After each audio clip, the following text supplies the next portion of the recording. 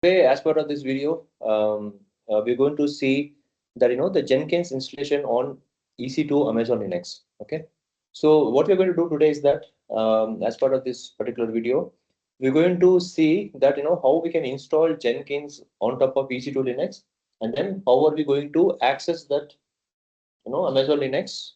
How are we going to access that Amazon Linux Jenkins, whatever we installed? How are we going to access it through the internet?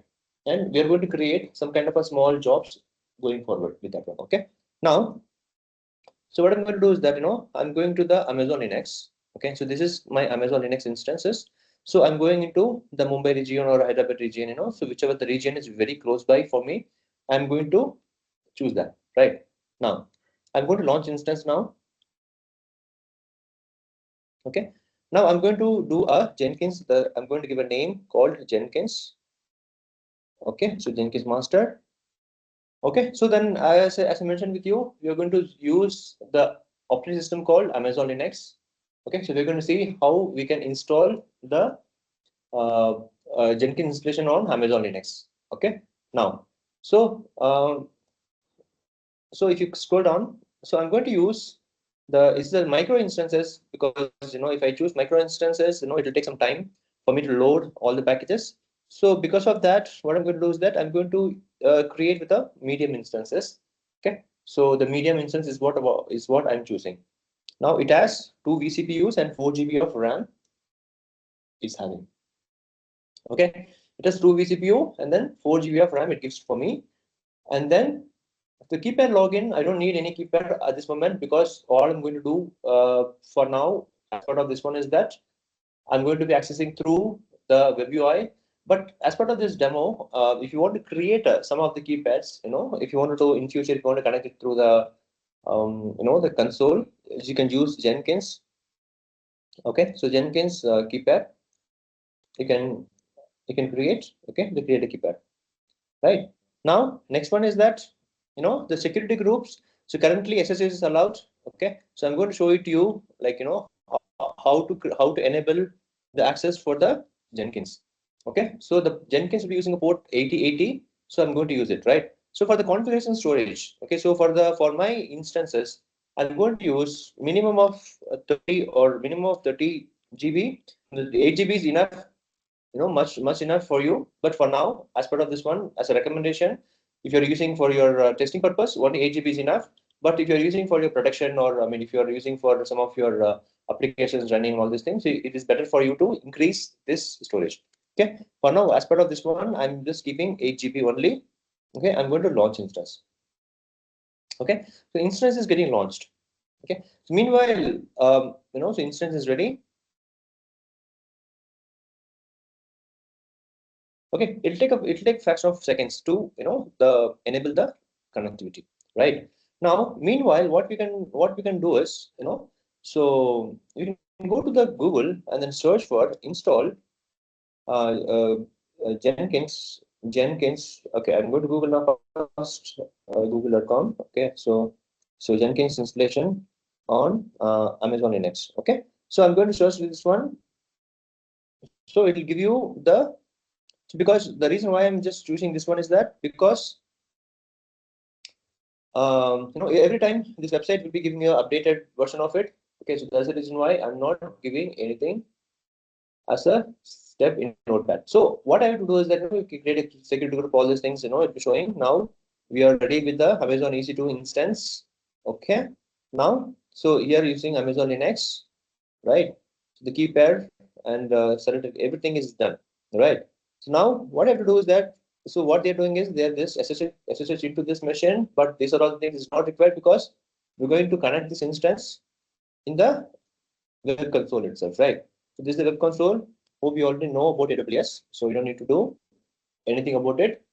So this is the web console. Okay, now so now what I have to do is that first command, so m update -y you have to give.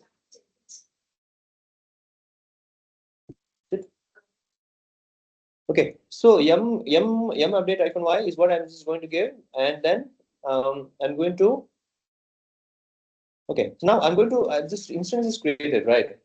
So instance is created. This is what the instance, and we have the public IP of this one.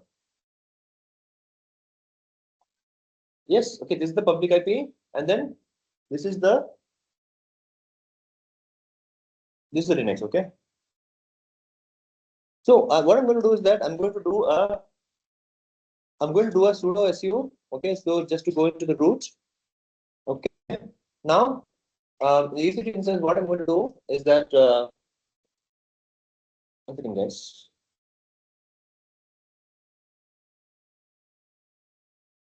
Okay, so what I'm going to do is that I'm going to do sudo yum update -y. So what it will be doing is that it's going and update the yum repository.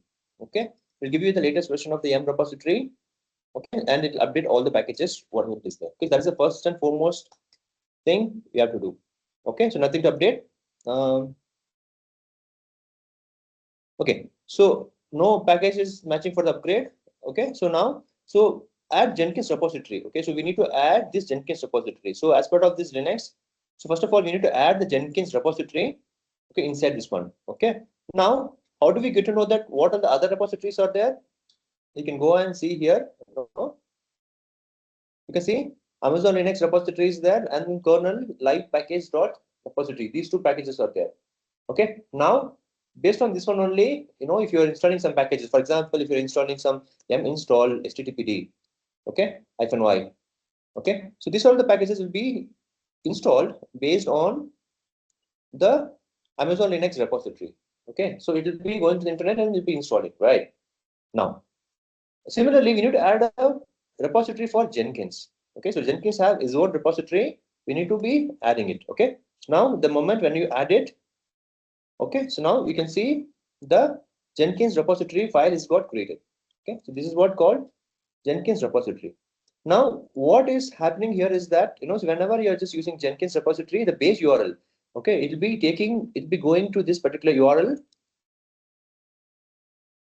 Okay, so then in this particular packages, in this particular URL, so like so this is kind of a Jenkins RPM package repository. Okay, so from this repository, it will download all the packages and it will install. So whatever the packages is required for your installation. You understand it, right? So what's the purpose of adding a Jenkins repository? At the yum repository. Yum repository is something like very very important for you to install some specific packages from the specific websites. Okay, so for example, Kubernetes, you don't have to install Kubernetes and you have to be downloading this one from some different repositories. You need to add the yum repository. Okay, now you understand it, right? Now what I'm going to do is that now what I'm going to do, I'm going to follow this thing. Now I'm going to import this key. Okay, so in order to access that, in order to like enable the installation of package for this particular repository, we need to add this key. So these are all the the Linux basics. So now I'm going to do yum upgrade, which means that when I'm doing yum upgrade, the Jenkins package will be upgraded and then will be adding into the the common yum repositories. Okay, so whenever I'm doing yum install, then after this upgrade, then it will go and fetch the packages from Jenkins also. Right now, now here it is, right? Now, so this is we need to install Java first, right? So if you want to install Jenkins, first and foremost thing what you have to do is that we have to install Java. Okay, so I'm going to install Java. This the version is 21. Okay, so whatever has been mentioned. So the Jenkins will support some specific version of the Java. Okay, that's the reason why I was just every time I'm telling you to come and visit the official page of jenkins.io. Okay, so whatever has been mentioned here. Okay, so now it is done. Okay, Java it is done. If you can give Java. Okay, so Java it is showing.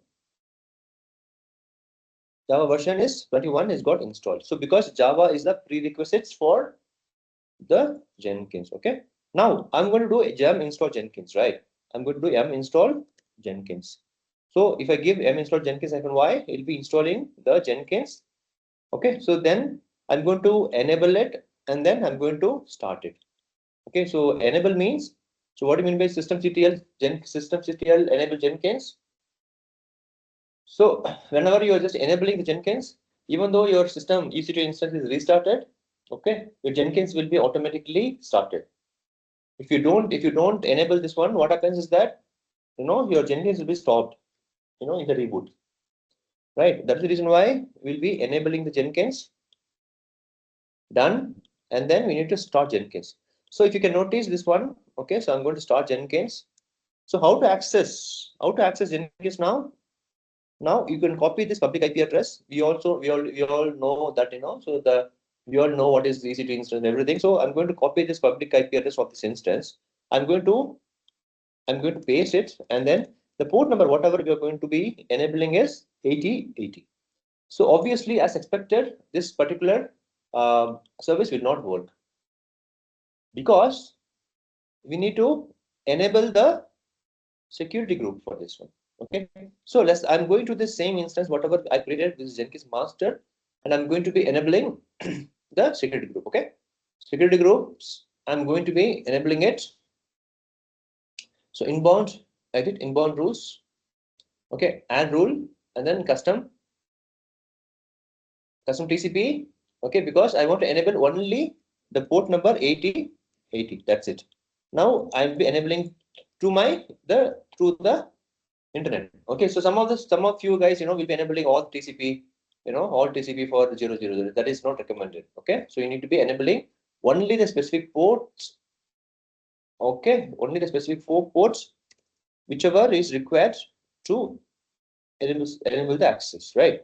Now it's got enabled, right? Okay, so SSH is enabled, and then that custom TCP port, which is 8080, is enabled from the internet. Now you see, as soon as it got loaded, it's automatically loaded it. Right. At the moment when I enabled it, it was keep on loading, then it is got enabled. So now we need to unlock the Jenkins, right? So we need to get the password. So you need a password for the Jenkins. Okay. So how to get the password from the Jenkins for the Jenkins? Now copy this link. Okay, so whatever has been available is the path. You go to EC2 instance and then give cat. So give this one. So what happens is that your password has been located in this particular directory, particular file. So you have to be copying. Okay, so to copy this one and then go and paste it over here. All right. Okay. So I'm just going to be doing install suggested packages.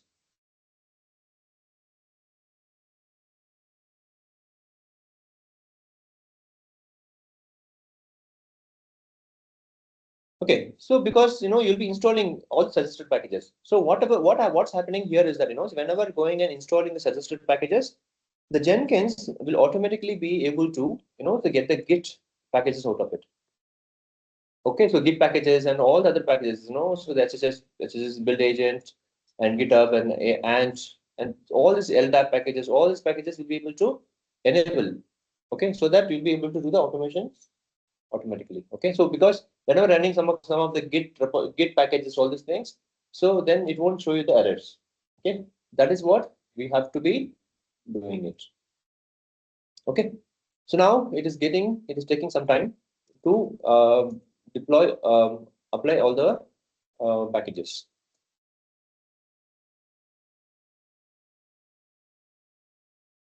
Okay, so meanwhile, let's go and see that so what is this Jenkins package? This was telling. Okay, so it's telling that we are running HTTP and then your public DNS and then from 8080. Okay, whenever we done it, it was showing like this, and we have done sudo cat, this password we have done. Okay, so then we can create a first user. Okay, so then it will be allowing us for the first user, okay, in a fraction of seconds. Now I don't need all these things, and it's almost getting completed on this website. So it is also depends upon your instance types, right? If you're creating nano instance, that package installation will be nano, and micro instances, then instance that the time which is taking for this one is very late. Now what I'm going to do, I'm going to create some user is admin, and a password. I'm going to give my own password.